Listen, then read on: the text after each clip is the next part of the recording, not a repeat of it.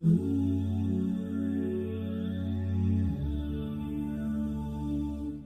اللہ والصلاة والسلام علی رسول اللہ۔ قرآن کا درس ترتیب وار چالو ہے اور آیت نمبر 35 سے آج شروع ہے۔ ایک عجیب حدیث سنو کہ جب پاک رب نے آدم علیہ السلام کو پیدا فرمایا اور روح پھونکی تو سب سے پہلے آدم علیہ السلام نے کیا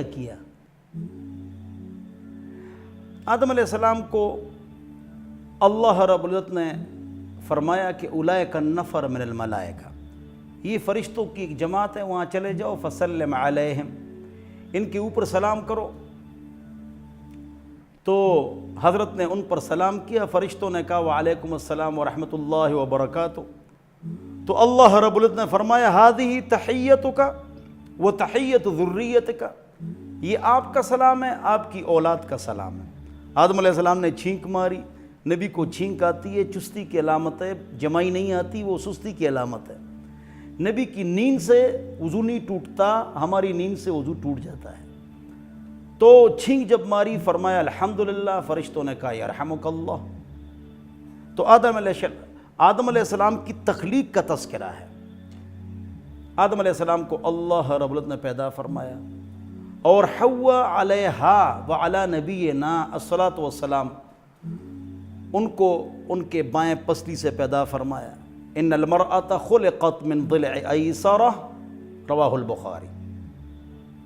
تو عورت پسلی سے پیدا ہے، تو پسلی ٹیڑھی ہوتی ہے تو عورت بھی ٹیڑھی رہے گی۔ تو عورت کے مذمت میں اس حدیث کو پیش کیا جاتا ہے، اگرچہ یہ عورت کی تعریف ہے۔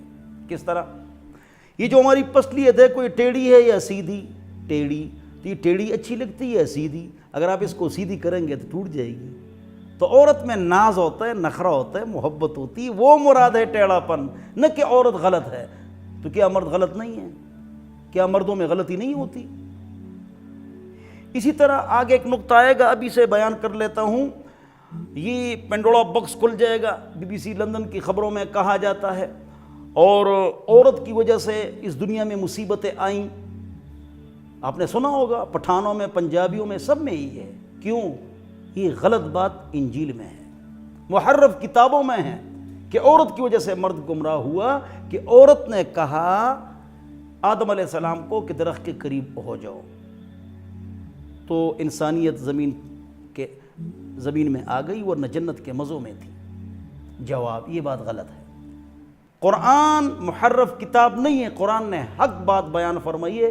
فوسوس لہما، دونوں کو وسوسہ ڈالا، فازلہما، دونوں کو ڈھگمگایا، تقربا، قربا، دونوں قریب ہوئے، دونوں کے کپڑے، دونوں تثنیہ کا صیغہ ہے۔ عورت کو ذمہ دار نہیں ٹھہرایا گیا، یہ غلط ہے۔ اسی طرح آیات اور احادیث کو اس طرح پیش نہ کرو کہ عورت ذات دین سے برگشتہ ہو جائے۔ الرجال قوامون علی النساء، عورتوں کے نگہبان مرد ہیں، مرد عورتوں کے نگہبان ہیں۔ وبما فضل اللہ بعضهم علی بعض، اللہ تعالیٰ نے مردوں کو عورتوں پر فضیلت دی ہے، لیکن یہاں جو یہ ہے الرجال قوامون علی النساء، تو اس کا یہ ترجمہ ہم کر سکتے ہیں کہ مرد عورتوں کے خادم ہیں۔ کس طرح؟ یہ صبح جو مرد جاتے ہیں گرمی سردی میں، عورت گھر میں ہوتی ہے، تو مرد خادم نہیں ہوا۔ گھر کی چار دیواری میں عورت خدمت کرے گی، مرد زبردستی نہیں لے سکتے، لیکن عورت پر واجب ہے کہ مرد کی خدمت کرے۔ وہ واجبات الاسلام 7 وذکر منہا خدمت الزوج، شامی، اس پر واجب ہے۔ لیکن مرد دن رات ڈیوٹی کرتا ہے، محنت کرتا ہے، سردی گرمی برداشت کرتا ہے، عورت کے لیے لاتا ہے۔ بہرحال عورت کو اس انداز سے پیش کرو، آیات اور احادیث کو اس انداز سے پیش کرو جو اس کا حق ہے۔ مرد عورت برابر ہے؟ نہیں، عورت کا درجہ اونچا ہے آخرت میں، مرد کا نیچے ہے، عورت پہلے جنت میں جائے گی۔ دنیا میں مرد عورت برابر ہے، جی ہاں برابر ہے، معاشرت میں برابر ہے، چار دیواری سے باہر سب برابر ہے، کسی کو کم نگاہ سے دیکھنا حرام ہے۔ گھر کی چار دیواری کے اندر عورت اور مرد برابر نہیں ہے، مرد کا درجہ اونچا ہے، لیکن یہاں مرد سے مراد والد اور خاوند ہے، تمام نہیں۔ بات کس کی چلے گی؟ رائٹ کس کے پاس ہے؟ سربراہ کون ہے، یہ مطلب ہے۔ جس کی بات غلط ہو کسی کی بات نہیں چلے گی، دونوں کی بات جائز یا ٹھیک ہو پھر مرد کی بات چلے گی۔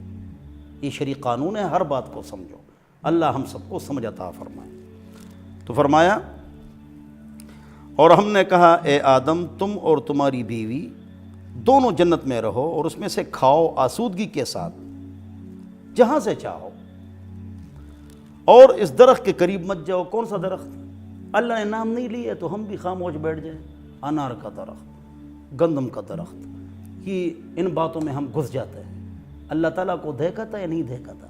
کس طرح دیکھا تھا؟ معراج کی رات۔ کیا ضرورت ہے؟ نماز پڑھو۔ اصحاب کہف کے کتے کا رنگ پیلا تھا یا نیلا تھا؟ ہمارا اس سے کیا کام ہے؟ اس درخت کے قریب نہ جاؤ تو وہ درخت کون سا ہے؟ جب پاک رب نے اس کا نام نہیں لیا تو غیر منطوق میں ہم کیوں گھستے ہیں؟ منطوق یہ کہ نماز پڑھو، تہجد پڑھو، اس پر ہم عمل نہیں کرتے، سستی کرتے ہیں۔ ایسے سوالات مت کرو، جو پاک رب کا حکم ہے اس پر عمل کرو۔ فرماتے ہیں ورنہ تم ظالموں میں سے ہو جاؤ گے اگر اس درخت کے قریب گئے۔ پھر شیطان نے اس درخت کے ذریعے دونوں کو لغزش میں مبتلا کر دیا اور ان کو اس عیش سے نکال دیا جس میں وہ تھے، اور ہم نے کہا تم سب اترو یہاں سے، تم ایک دوسرے کے دشمن ہوں گے، نے شیطان انسانوں کے دشمن، اور تمہارے لیے زمین میں ٹہرنا اور کام چلانا ہے ایک مدت تک، قیامت تک۔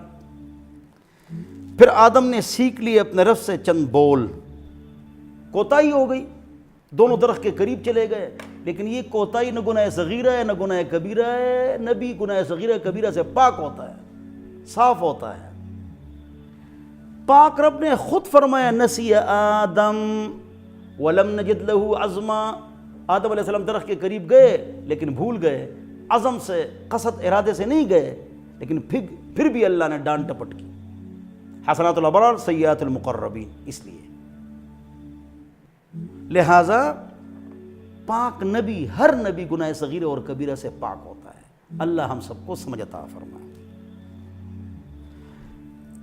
فتلقى آدم من ربی کلمات، آدم علیہ السلام نے اللہ سے کچھ کلمات حاصل کر دیے۔ سوال، سائن آف انٹروگیشن، وہ کون سے کلمات ہیں؟ بعض کہتے ہیں کہ عرش پر لکھا ہوا کلمہ نظر آیا تو اس کے وسیلے سے دعا فرمائی۔ روایت ضعیف ہیں بلکہ اکثر موضوع ہیں، اور صحیح بات یہ ہے، محقق فتلقى آدم من ربی کلمات ربنا ظلمنا انفسنا وان لم تغفر لنا وترحمنا لنکون من الخاسرین۔ یہ آیت اللہ نے آدم علیہ السلام کے دل میں ڈالی، آدم علیہ السلام نے یہ آیت پڑھی، اللہ خوش ہو گئے۔ اگرچہ آدم علیہ السلام سے چھوٹی بڑی کوئی غلطی اور گناہ نہیں ہوا تھا، بھول ہو چکا تھا، تو اللہ اس پر متوجہ ہوا، تو اللہ رب العزت آدم علیہ السلام پر متوجہ ہوا، بے شک وہ توبہ قبول کرنے والا، رحم کرنے والا ہے۔ ہم نے کہا تم سب یہاں سے اترو، پھر جب آئے تمہارے پاس میری طرف سے کوئی ہدایت، 313 کاپیاں کتابیں آئی تھیں، تو جو لوگ میری ہدایت کی پیروی کریں گے، یعنی انبیاء کی بات مانیں گے، ان کے لیے نہ کوئی ڈر ہوگا اور نہ وہ غمگین ہوں گے، نہ دنیا میں نہ آخرت میں۔ 313 کاپیاں کتابیں اتری ہیں، 313 رسول تھے، وہ وقتی اور قومی کتابیں تھیں۔ قرآن وقتی کتاب نہیں ہے، قومی کتاب نہیں ہے، ہمیش ہمیش کے لیے ہے۔ اور جو لوگ انکار کریں گے اور ہماری نشانیوں کو جھٹلائیں گے تو وہی لوگ دوزخ والے ہیں، اور اس میں ہمیشہ رہیں گے۔ کافر ہمیشہ جہنم میں رہے گا۔ کیوں؟ اگر یہ 1000 سال زندہ ہوتا پھر بھی کافر ہوتا، اس لیے ہمیش کے لیے جہنم میں جلے گا۔ اے یعقوب علیہ السلام کی اولاد، یا بنی اسرائیل، یعقوب، عبداللہ، تینوں ایک نام ہے کس کے؟ یعقوب علیہ السلام کے۔ نمبر 1 عبداللہ، 2 اسرائیل، 3 یعقوب۔ یا بنی اسرائیل، اے یعقوب علیہ السلام کی اولاد۔ جبرائیل، اسرافیل، یہ سب عبرانی نام ہیں۔ یاد کرو میرے اس احسان کو جو میں نے تمہارے اوپر کیا، انبیاء بھیجے، عزتیں دیں، اور میرے عہد کو پورا کرو، میں تمہارے عہد کو پورا کروں گا۔ اور میرا ہی ڈر رکھو اور ایمان لاؤ اس چیز پر جو میں نے اتاری ہے، تصدیق کرتی ہوئی اس چیز کی جو تمہارے پاس ہے، یعنی قرآن، اور تم سب سے پہلے اس کا انکار کرنے والے نہ بنو،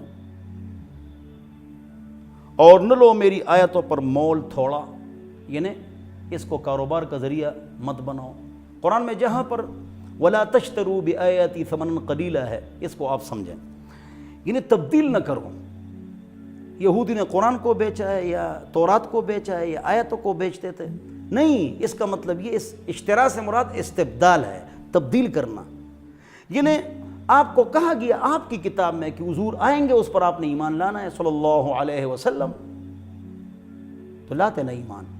حسد بغض نے ان کو روک دیا۔ مدینہ میں آئے اس لیے تھے کہ حضور پر ایمان لائیں گے یا ہجرت فرمائیں گے، لیکن ایمان نہیں لائے۔ پتہ تھا کہ حق سچ نبی ہے تو ایمان لے آتے ہیں نا، یعرفونہ کما یعرفون ابناءہم، اس طرح حضور کو جانتے ہیں جس طرح اپنے بچوں کو جانتے ہیں، لیکن ایمان نہیں لائے۔ کیوں؟ حسد بغض سے اللہ تعالیٰ ہم سب کو بچائے، کچھ نظر نہیں آتا ہے پھر۔ تو گویا انہوں نے تبدیل کر دیا، جس کے لیے آئے تھے، جس کے انتظار میں تھے، اس کو چھوڑ دیا، اپنی گمراہی پر قائم و دائم رہے۔ اور کیوں؟ حضور پر ہم ایمان لائیں گے تو حضور اکرم صلی اللہ علیہ وسلم کے سامنے بیٹھنا پڑے گا، تو ان کی عزت ہوگی، تو ہماری عزت کہاں چلی گئی؟ کہاں ہوگی ہماری عزت پھر؟ تو یہ مطلب ہے وَلَا تَشْتَرُوا بِآيَاتِي ثَمَنًا قَلِيلًا۔ اس میں بعض لوگ یہ کہتے ہیں کہ دین پر اجرت نہیں لینا چاہیے ان آیات کو پیش کر کے۔ جواب، یہ قرآن دین ہے، لوگ خریدتے بیچتے ہیں نا۔ اسلامیات اور دینیات کے ٹیچر پوری دنیا میں پڑھا رہے ہیں، اسکول سے تنخواہ لے رہے ہیں نا، تو یہ تنخواہ نہ لے کہ امام کی تنخواہ بھی جائز نہیں ہے۔ بخاری شریف میں ہے کہ جائز ہے۔ ایک وفد مسلمان ہوا، اس میں ایک چھوٹا بچہ تھا، ان کو امام بنایا۔ وہ امام ان کے کپڑے نہیں تھے، چھوٹا جو تھا قرآن بہت یاد تھا۔ شروع زمانے میں بچے کی امامت بھی جائز تھی، بعد میں ممانعت آئی ہے۔ ابن عمر رضی اللہ عنہما سے روایت ہے، دوسرے اقوال بھی ہیں، دوسرے بزرگ کچھ اور فرماتے ہیں، وہ بھی ٹھیک ہے، ان کے پاس بھی دلیل موجود ہے۔ تو بچہ امام تھا، کپڑے ان کے نہیں تھے صحیح، تو انہیں سب نے چندہ کیے، امام کے لیے کپڑے خریدے۔ والعاملین علیہا، دین کا کام کرتے ہیں، زکوٰۃ جمع کرنے والے ہیں، لیکن زکوٰۃ ہی سے وہ تنخواہ لیتے ہیں۔ ابوبکر، عمر، عثمان، علی، حسن، حسین، معاویہ رضی اللہ اجمعین، یہ جو ہمارے بڑے بڑے بزرگ تھے، ان کے دو کام تھے، شرعی فیصلے کرنا، امامت کرانا۔ بیت المال سے ان کو تنخواہ ملتی تھی، تنخواہ جائز ہے، امام کی تنخواہ جائز ہے۔ ائمہ حرمین بھی لیتے ہیں، دینیات اور اسلامیات کی ٹیچر پوری دنیا میں لیتے ہیں، امام کی تنخواہ جائز ہے، یہ حکومت کی ذمہ داری ہے، لیکن وہ نہیں دے رہی ہے۔ بہرحال عوام دیتی ہیں، عوام دیتی ہے تنخواہ، اللہ ان کو جزائے خیر عطا فرمائے۔ بہرحال میں آپ کو بتا رہا تھا کہ اجرت علی الطاعات یہ ناجائز ہے، یہ بات پکی ہے کہ میں نماز پڑھ رہا ہوں تو شاوس پیسے دے دو، میں آج حج پر جا رہا ہوں تو مجھے پیسے دے دو، میں نے روزہ رکھا ہوا ہے تو پیسے دے دو، اجرت علی الطاعات ناجائز ہے۔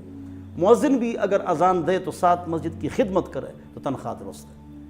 امام جو تنخواہ لیتا ہے وقت کی تنخواہ لیتا ہے، کسی اور جگہ چھٹی پر امام جاتا ہے، وہاں 10 دن نماز پڑھتا ہے یا پڑھاتا ہے کسی اور جگہ، اس کی اجرت نہیں لیتا ہے۔ کیوں؟ وہ تو اپنی نماز پڑھ رہا ہے، اپنی نماز پڑھ رہا ہے، یہاں اس نے وقت دیا ہوا ہے۔ امام چھٹی پر جاتا ہے، ایک ہفتہ کسی اور جگہ رہتا ہے، نماز پابندی سے پڑھتا ہے، ان سے پیسے مانگتا ہے، تو اجرت یہ دین پر نہیں ہے، وقت کی اجرت ہے۔ یہ اللہ ہم سب کو سمجھتا ہے، وہ وقت دیتا ہے، سمجھ گئے؟ بہرحال کہاں اجرت لینا جائز ہے، کہاں اجرت لینا جائز نہیں ہے، اس پر اجماع ہے، اس میں اختلاف نہیں ہے۔ خود بھی آپ تحقیق فرما لیں۔ اور مجھ سے ڈرو، فرہبون، اور مجھ سے ڈرو، ہر حال میں اللہ سے ڈرو، اور صحیح میں غلط کو نہ ملاؤ، اور سچ کو نہ چھپاؤ حالانکہ تم جانتے ہو، اور نماز قائم کرو، اور زکوٰۃ ادا کرو، اور جھکنے والوں کے ساتھ جھک جاؤ، یعنی جماعت کے ساتھ نماز پڑھو۔ الجماعت سنۃ من سنن الہدی لا يتخلف عنها الا منافق، جماعت کے ساتھ نماز پڑھنا یہ ہدایت کی سنتوں میں سے ہے، اور جماعت سے نہیں ہٹتا ہے مگر وہ آدمی جو منافق ہو۔ اللہ ہماری حفاظت فرمائے۔ تم لوگوں سے نیک کام کرنے والے کو تم لوگوں سے نیک کام کرنے کو کہتے ہو۔ اے بنی اسرائیل، تم لوگوں کو نیک کام کرنے کی ترغیب دیتے ہو، دعوت دیتے ہو، خود نیک عمل کرتے ہی نہیں ہو، اور اپنے آپ کو بھول جاتے ہو، خود عمل کرتے ہی نہیں ہو۔ حالانکہ تم کتاب کو پڑھتے ہو، کیا تم سمجھتے نہیں؟ دوسروں کو نصیحت خود میاں فضیحت، دوسروں کو اگر آپ نصیحت کریں خود عمل نہ کریں تو اس کا فائدہ نہیں ہے۔ اس کا مطلب سمجھو، اس کا مطلب یہ ہے کہ ایک آدمی نے یہ ارادہ کیا ہوا ہے کہ میں نے نماز نہیں پڑھنی اور لوگوں کو نماز کی دعوت دے، یہ مراد ہے۔ میں نے گناہ کرنا ہے، لوگوں سے کہوں گا کہ مت کرو، یہ مراد ہے۔ یہ مراد نہیں کہ ایک آدمی تب دین کی دعوت دے، دین کی تبلیغ کرے جب وہ خود پورا مکمل ہو، یہ مطلب نہیں ہے۔ کیوں؟ ہم انسان نہیں ہیں، ہمارے ساتھ نفس و شیطان نہیں ہے، تو ہر کسی میں غلطی موجود ہے، تو پھر تو کوئی بھی دعوت نہیں دے گا نبی کے علاوہ۔ داغ داغ مت کہو، سب داغ دار ہیں، بے داغ بس وہی جو پروردگار ہے۔ کیفی جو چلے گا اسے ٹھوکر ہی لگے گی، غلطی سے بری فطرت آدم تو نہیں ہے۔ کل بنی آدم خطاء وخیر الخطائین التوابون، تم سارے کے سارے گناہگار ہو، بہترین گناہگار وہ ہے، نبی پاک فرماتے ہیں، جو توبہ کرے۔ بہترین آدمی وہ ہے جو توبہ کرے۔ لہذا غلطی ہم میں ہے، ہم دین کا کام کریں گے، غلطی ہم میں ہے، لوگوں کو گناہوں سے روکیں گے، لیکن آپ نے اگر پکا ارادہ کرنا ہے کہ میں نے نماز نہیں پڑھنی اور لوگوں کو نماز کی دعوت دیتے ہو تو یہ غلط بات ہے۔ خود گناہ کرتے ہو اور اس کی جنہیں دعوت دیتے ہو کہ مت کرو، خود تو کرتے ہو وہ گناہ، لوگوں کو کہتے ہو مت کرو، یہ مراد ہے۔ اللہ ہم سب کو سمجھ عطا فرمائے۔ جو آدمی دین کی دعوت دے، اس کی کسی غلطی کو پکڑ کر اس کو کہنا تم نے جو یہ غلطی کی تھی یا تم جو یہ غلطی کرتے ہو، تو یہ لوگ غلط کرتے ہیں، ہر انسان میں غلطیاں ہیں، پھر کوئی بھی دین کی دعوت کا کام نہیں کرے گا۔ ہم انسان ہیں، فرشتے تو نہیں ہیں۔ فرمایا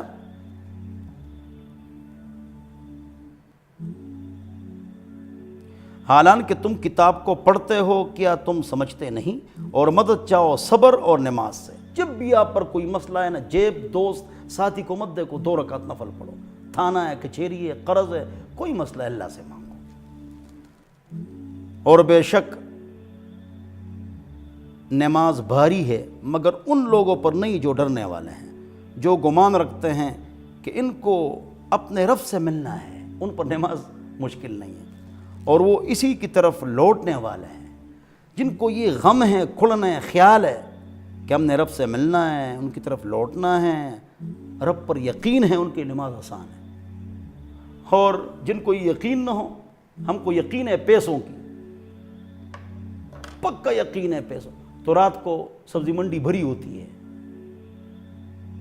ایئرپورٹ بھرے ہوتے ہیں، ریلوے اسٹیشن بھرے ہوتے ہیں، اٹھتے ہیں، بر وقت اٹھتے ہیں، رات کی شفٹوں کے لیے اٹھتے ہیں، اور جب فجر کی نماز کی بات آئے کہ مولوی صاحب کوئی چستی کی تعویذ دے دو، چستی کا علاج چستی ہے، سستی کا علاج تعویذ نہیں ہے۔ گرمی میں نہیں آتے، راتیں چھوٹی ہیں، سردی میں نہیں آتے ہیں کہ رضائی نہیں چھوڑتی، تو صبح کے لیے کب آؤ گے؟